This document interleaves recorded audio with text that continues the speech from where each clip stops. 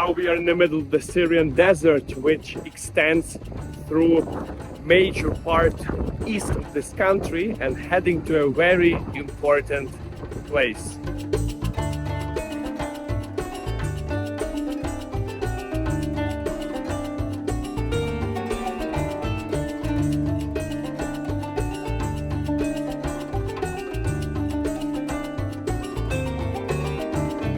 You've just seen another badly destroyed town, and we are basically here in the center of the desert at the famous historical site of Palmyra.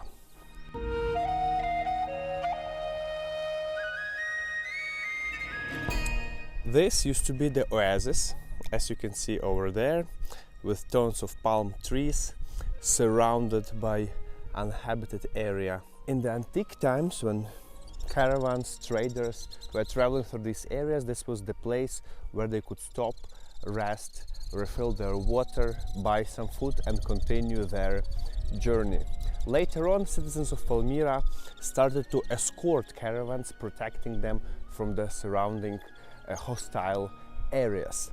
And eventually the city flourished, becoming a major trade center in the Middle East. Here we can see some remains of historical buildings that were mostly used by regular people around.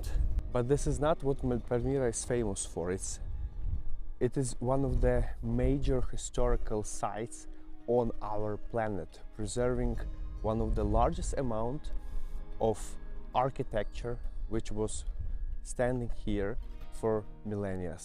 So basically this is the remains of a temple which was here, right? Yes. Only the gate is remaining. Yes. But I guess the gate was already stationed here. It didn't survive the explosion itself. No, it survived. Like standing, like freestanding like this? Yeah, it was like really standing, but afterward they put some restoration because it was it was afraid that it will like drop, because yeah, the bombing was very hard.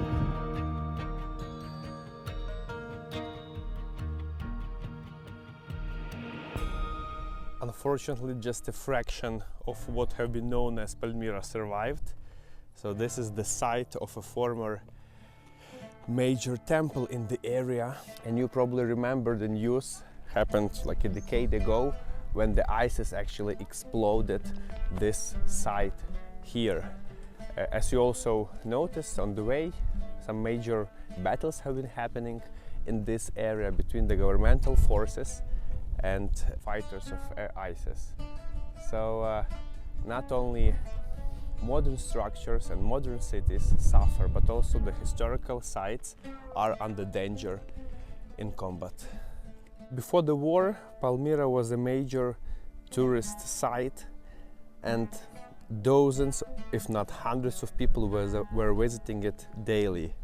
Now we are among a rare tourists who make it that far. The entire road to get here is full of different checkpoints. There is still active military presence in the area. They're checking who is coming, when, why, exploring the bus, the belongings. It definitely doesn't feel dangerous, but the fact that there is so much military tells that things are still not stable. These guys over there are actually a group of Russian soldiers, as you can see. I was just passing by, heard them talking Russian, and yeah, definitely not the best location to stumble upon those guys in the middle of nowhere. Yeah.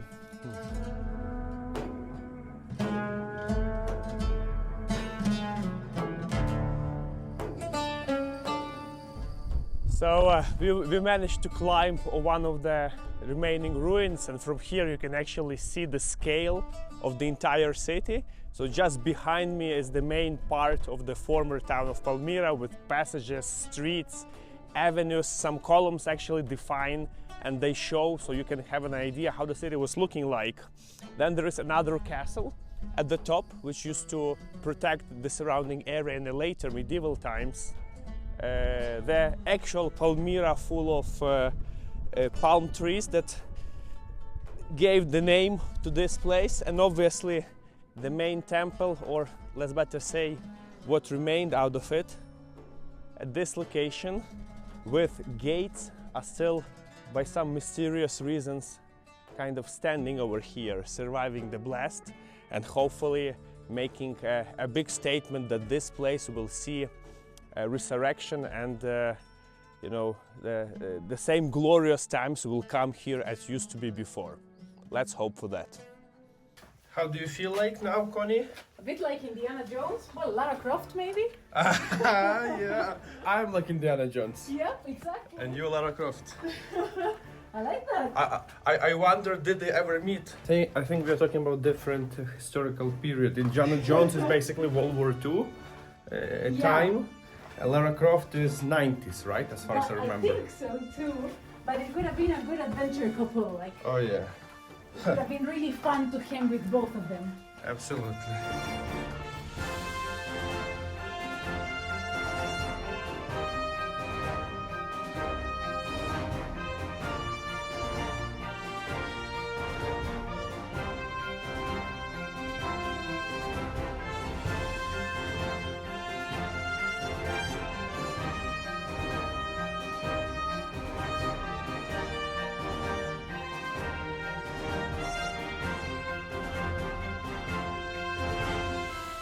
This is one of the chambers around that ISIS used to seek shelter over here, and it's written in Arabic, "Dear brother Mujahideen, please clean this place after you have food."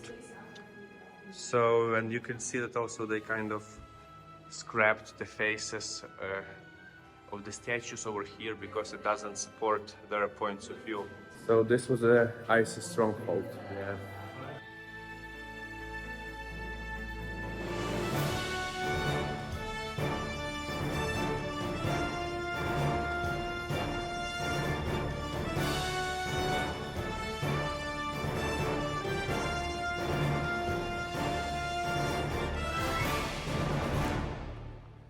Here we are visiting one of the former caravanserais. It's actually a traditional resting place for caravans, and entire this section used to be a famous mosaic museum before the war times.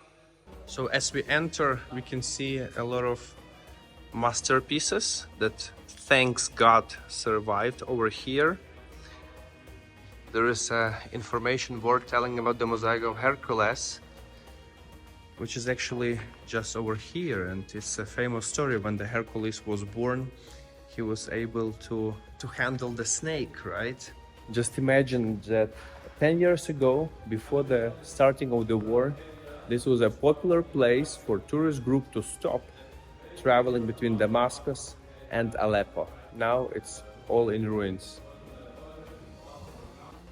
People who take care of the museum are pouring water on the mosaics to give them color, to take off the dust, and to show us the real beauty of it.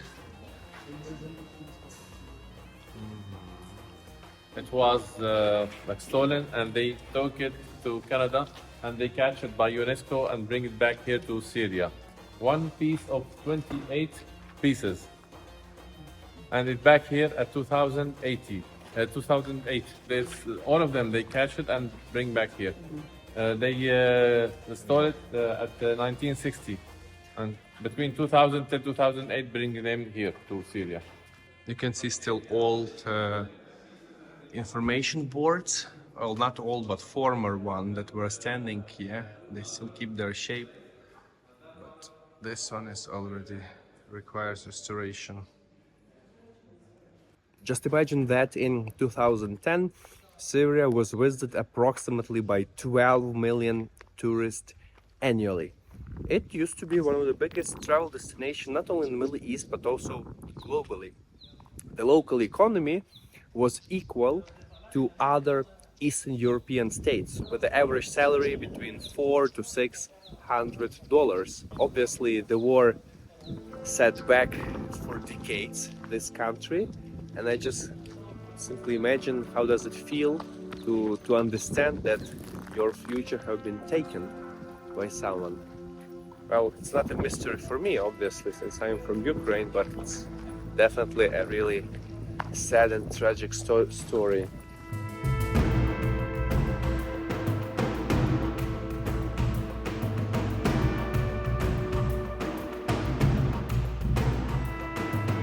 Many areas are still standing in ruins, even though the active phase of the civil war in Syria is over. However, this place really blows my mind. This is the town of Maarat al-Numan, which used to be a flourishing trading city. Now it is completely in rubble, as you can see. So this is all the result of a massive aerial bombardment of this area. No one basically lives here, and it's huge. It goes in all directions. However, I see there is already a new paved road and a brand new electricity towers to put wire over them. I don't know even what to tell, guys. This is of a massive scale. Tens of thousands of people were living here once.